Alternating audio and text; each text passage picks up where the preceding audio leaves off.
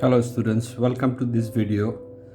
This video is based on strand 1 geometry and substrand known as development by triangulation. And in today's video we'll be looking at square to square transition piece. These are the objectives of our video today. Number one, we'll complete the views given in orthographic. Number two, we'll construct the true lengths, and finally we'll draw the development of a square to square transition piece. So before we go into the details of this video, we'll recap the rules of true lengths that was discussed earlier on in one of my videos. So basic knowledge of true length construction is very important for this topic. Now, if you look at the first example, I have chosen a line as an example. So a line is drawn on the plane and also on the elevation, and the line is parallel to the reference line in both views. So if you have a scenario of this nature, we can say both views has the true length. We can say line AB on the plane and line AB on the elevation is drawn as true length. Therefore, we can use these two lines in doing development. Then the second rule says if one view is parallel to the reference line, then the adjacent view is the true length, meaning the sloping line is the true length. So line AB is seen as parallel to the reference line on the plane, and line AB on the elevation is the true length. Therefore, this line can be used as the true length to draw the development. Then we look at the third scenario. Here we have a line seen as a point on the plane. So AB is a point, and on the elevation AB becomes the true length. So this true length can be used in the development. So these are the basic three true length rules where lines can be true length by default in the orthographic views. Now you will come up with the scenarios of this nature whereby a line will be obliquely positioned.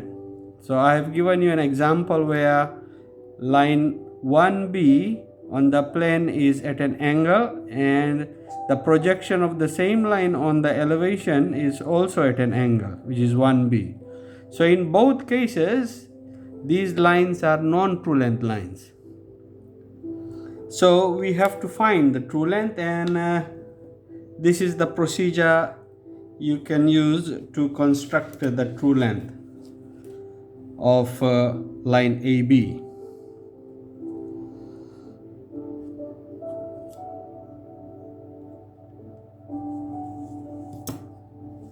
Step 1.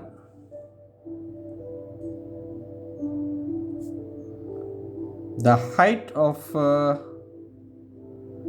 the line can be projected parallel to the reference line.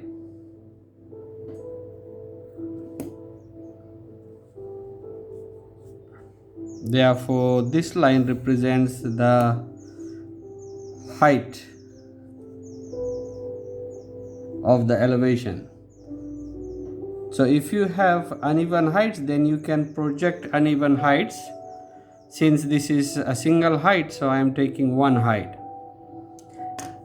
And length can be directly picked from the plane. So I am picking the length of 1B, and I am putting it from this 90-degree corner. This 90-degree corner,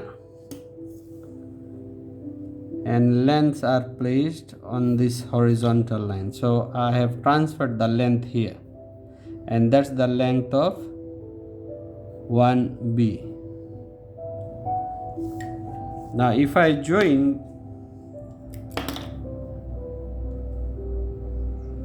these 2 points, this will give me the true length of line 1B. So this measurement can now be used in the development. So I'll quickly recap the procedure.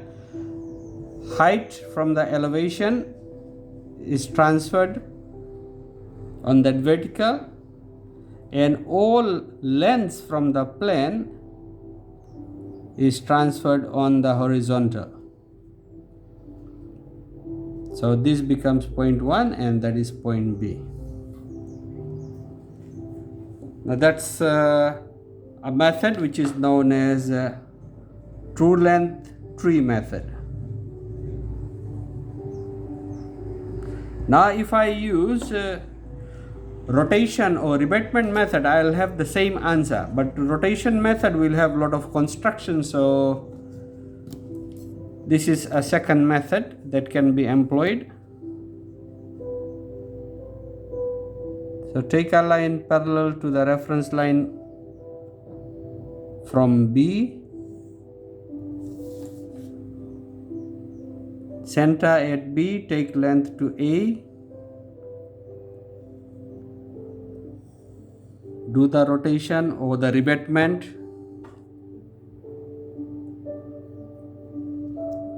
and then this point 1 can be projected vertically down.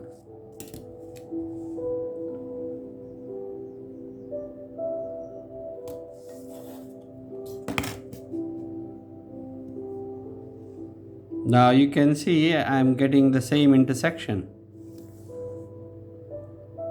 So this is a longer method. So if you have to find 5 or 6 true lengths, then you have to do 5 or 6 rotations, and then you can drop 5 or 6 points down. So your orthographic views will become very messy. So true length tree method is the easiest method. So you go back to this point and then you have to join over here. And obviously this line has to be extended. So I'll recommend students to use true length tree method. Now coming to our initial topic, that is development by triangulation. We are looking at square to square transition pieces. Now transition pieces are commonly used in ducting or in connecting different tubes or pipes which has different cross-sectional shapes. For example, a square pipe can be connected to a cylindrical circular pipe. So the top can be a circle and the base can be a square. Now these transition pieces are commonly used in a range hood piping system from the kitchen to the exhaust, or it can also be used in metal ducts and sheet metal work. So for year 13 syllabi, we'll be basically looking at various transition pieces. The first one that we have in our video is square to square transition piece. So the top surface is a square and base surface is also a square, but they are of different sizes. Now the first step in this case is to complete the views, and that is what I'll be doing. Now we have to draw a series of triangles. So the starting line A1 is already given, so I'll join 1 to B. So that is the formation of first triangle, which is AB1. Then from B I'll join to 2, that's the second triangle, B1, 2. And similarly you construct a series of triangles that will enable you to complete the plane view. Now try and get triangles in such a way so that development becomes very easy. In this case it's a symmetrical drawing, so work will become very easy. Now I'll count the number of triangles that I have. This is 1 A, 1 B. So I'll list it here. A, 1 B. Then I have 1 B 2, B 2 C, 2 C 3, 3 C D, 3 D 4, D 4 A, and finally I have 4A1. So let's count the number of triangles. 1 2 3 4 5 6 7 8. 1 2 3 4 5 6 7 8. So we have to draw a series of 8 triangles. But before we draw these 8 triangles, we need to find the true length. And let me complete the elevation as well. Projection of points 1 and 3 will give me 1 3. So a line from B to 1 and B to 1, B to 2 is drawn, A to 1 and D to 3 is drawn. So this completes the 2 views, and the names of the views are as follows. That's elevation, and that's the plan view. And the principal planes of projections are V plane and H plane. So this is drawn in third angle projection. The horizontal plane is above the reference line and the vertical plane is below the reference line. Now we have drawn all the necessary edges. Now we'll identify true length by default. So this will become our reference. Now if you can see the base edge A, B, C, D, the entire base edge is parallel to the reference line. That denotes the outer edge or the base edge is a true length. So AB is parallel to the reference line on both views, so both are true lengths. BC is a point here and BC is a true length. CD and CD are parallel to each other, so CD is true length. DA is a vertical and DA is a point, so DA is also a true length. Whole in whole, what I can say is, if the edge is parallel to the reference line, the other view will have the true shape of that edge.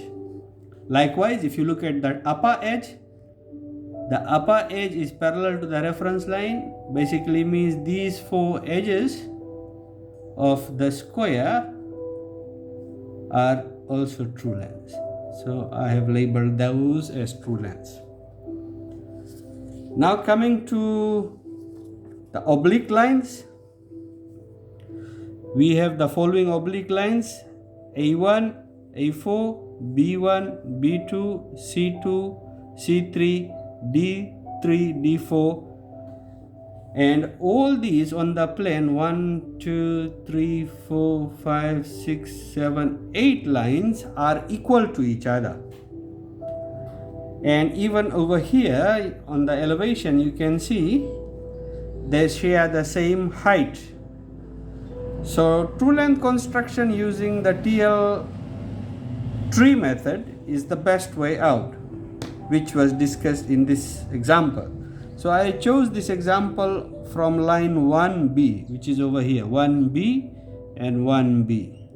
So we'll use the same construction in the principal views. I'll use the height from the elevation.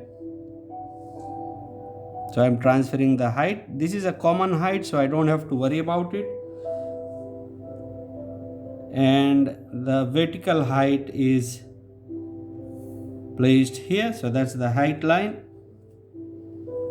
So I can use capital H to to denote height of the elevation. And this is the 90-degree corner from where I'll put the length from the plane.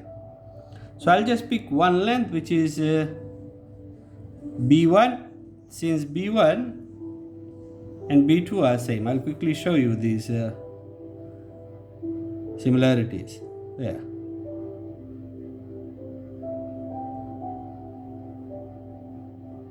The plane has both surfaces in line and it's symmetrical, so work is very easy. I just have to find one true length. So that's the length from the plane.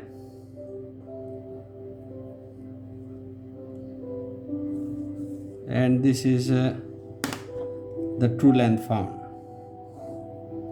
Now I can name this true length as TL1, because in some of the examples you will have 5 or 6 true lengths. So it's always wise to name the true length. So TL1 represents the following lines: A1, A4, B1 and B2, C2 and C3,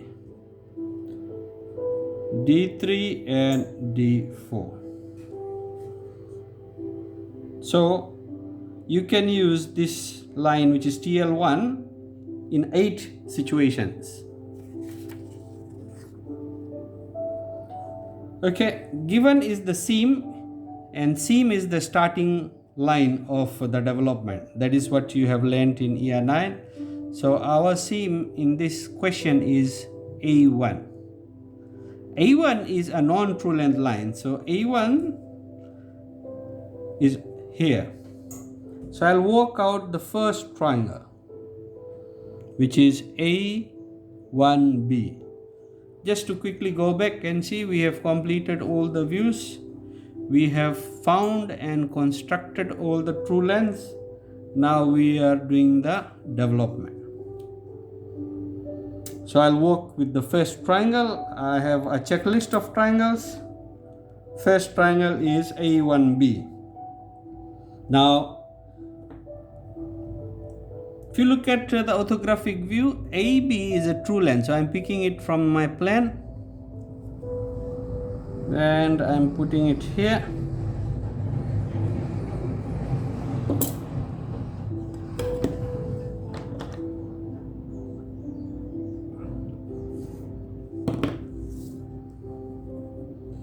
A1 is the starting line, so I'll take the true length of A1, which is TL1. I'll cut an arc from A. So this point is A and that is 1. And B1 is also same. So B is over here and that is the starting edge. So this becomes the seam and that is edge A1, and this is corner B, which I have earlier on constructed. So that's the first triangle.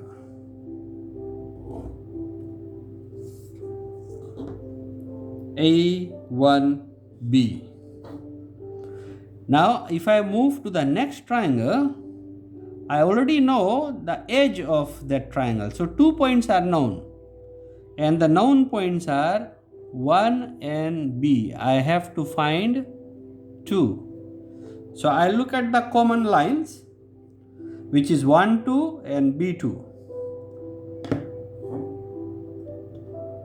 So I'll take true length of 1, 2. I'll put my compass point on my development, that is 1. And A2,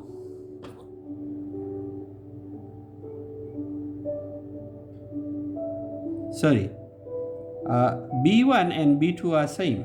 So that's B1. I've already used A1, I'm using B1 now. So B1 and B2 are same, so I'll just pick this distance from my development, or I can pick it from here. The choice is yours, and I'll rotate that arc. So with 1B I found 2. So that's my next triangle. It's your choice whether you want to outline the triangles as you proceed, or you can outline your entire development on the last stage of drawing. So I have solved the second triangle, which is 1B2. 1B2. Now I'll construct the third triangle, which is B2C.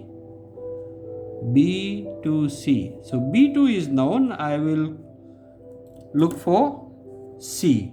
So corner C is a combination of 2C and BC. So BC is a true length, which is the edge of the base square, and which I have already drawn in the first case. I can rotate this one, and I can rotate C2, which is same as B2. So I'll put my compass point on 2 and I'll rotate this one. Either you can pick TL1, or I can pick that same distance which was earlier on used. So this gives me corner C. So the third triangle is done, which is known as B2C.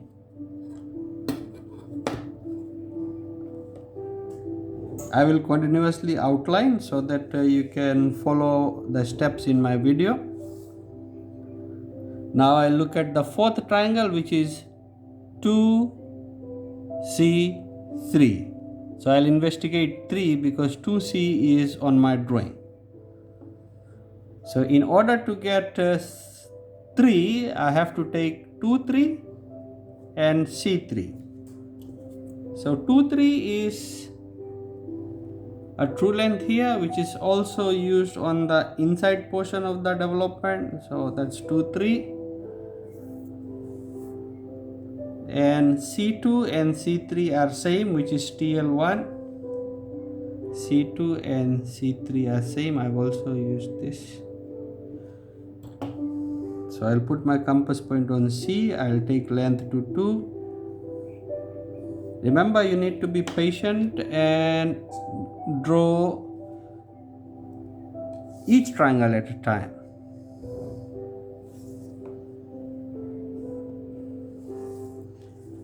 So that's my next triangle. Now I'll find the fifth triangle, which is C3D. So C3 is here. I have to find D. So D is a combination of CD and 3D. CD is a true length here, which is also a true length equivalent to BC. So I can swing this distance, and C3 and 3D is same. So I'll put my compass point on 3. I can take this length, and voila, I get D. So that's the true length of C, D and 3D. Now I'll move to the next triangle, which is 3D4. 3D4. So I'll take 3, 4 and D4. D4, I've already taken this. D4 is same as TL1, so D3 and D4 are same. I'll transfer D3, and 3, 4 is same as 2, 3. So I'll put my compass point on 3 and I'll rotate this distance, which gives me 4.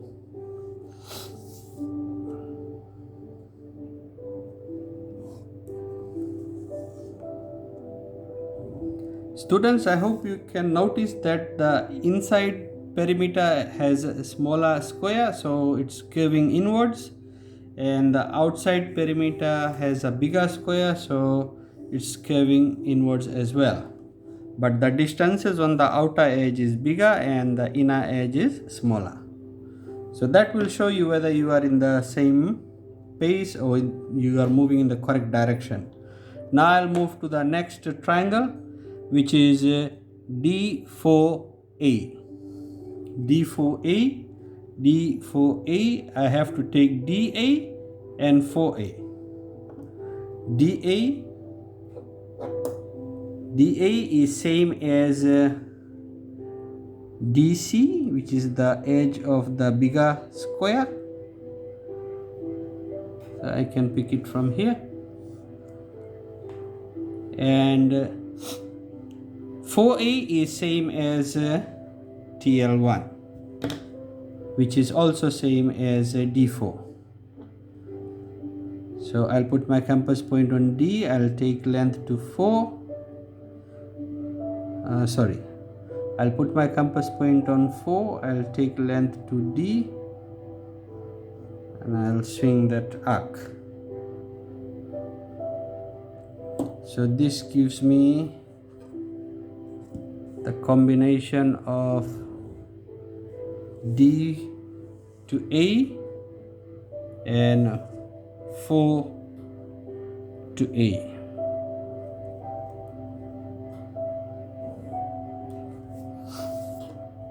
I have found corner A,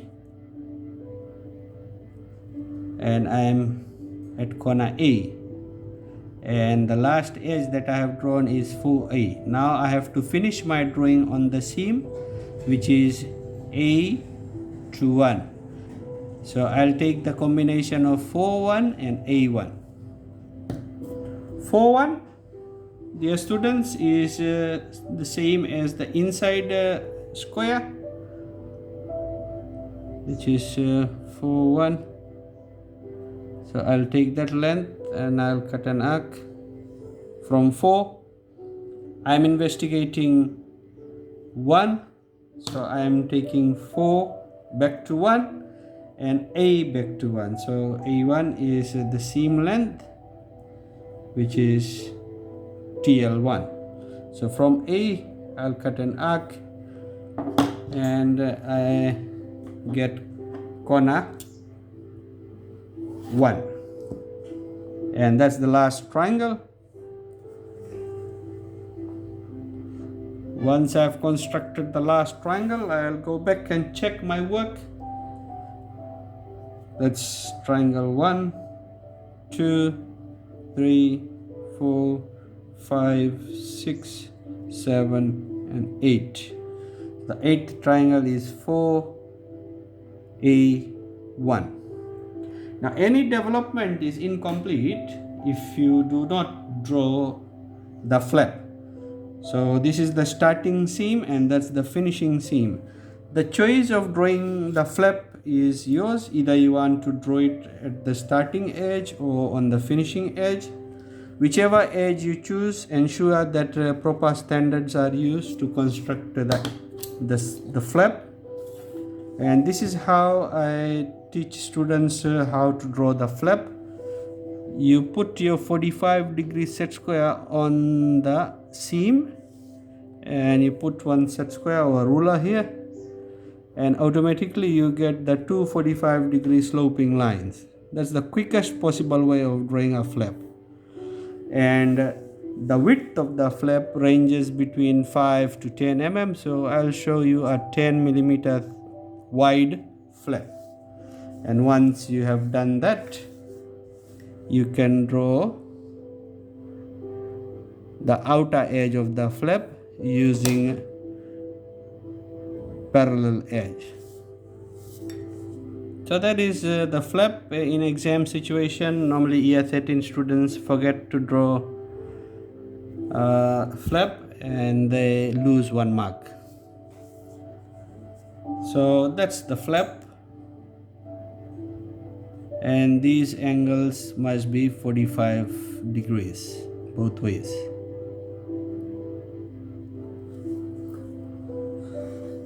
Okay, we have come to the end of this video. I'll quickly recap as to what we have learned today.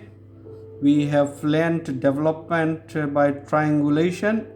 In year 9 and year 10 syllabi, you have learned how to draw two other methods of development, that is by parallel line development and radial line development.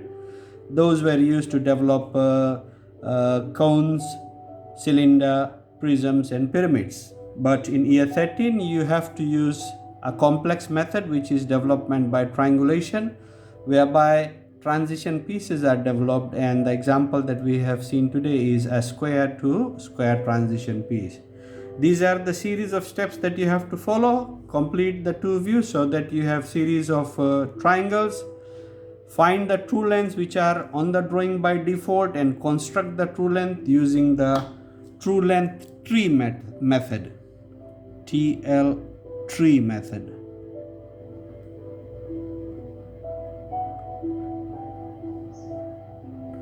And draw the development starting from the given seam.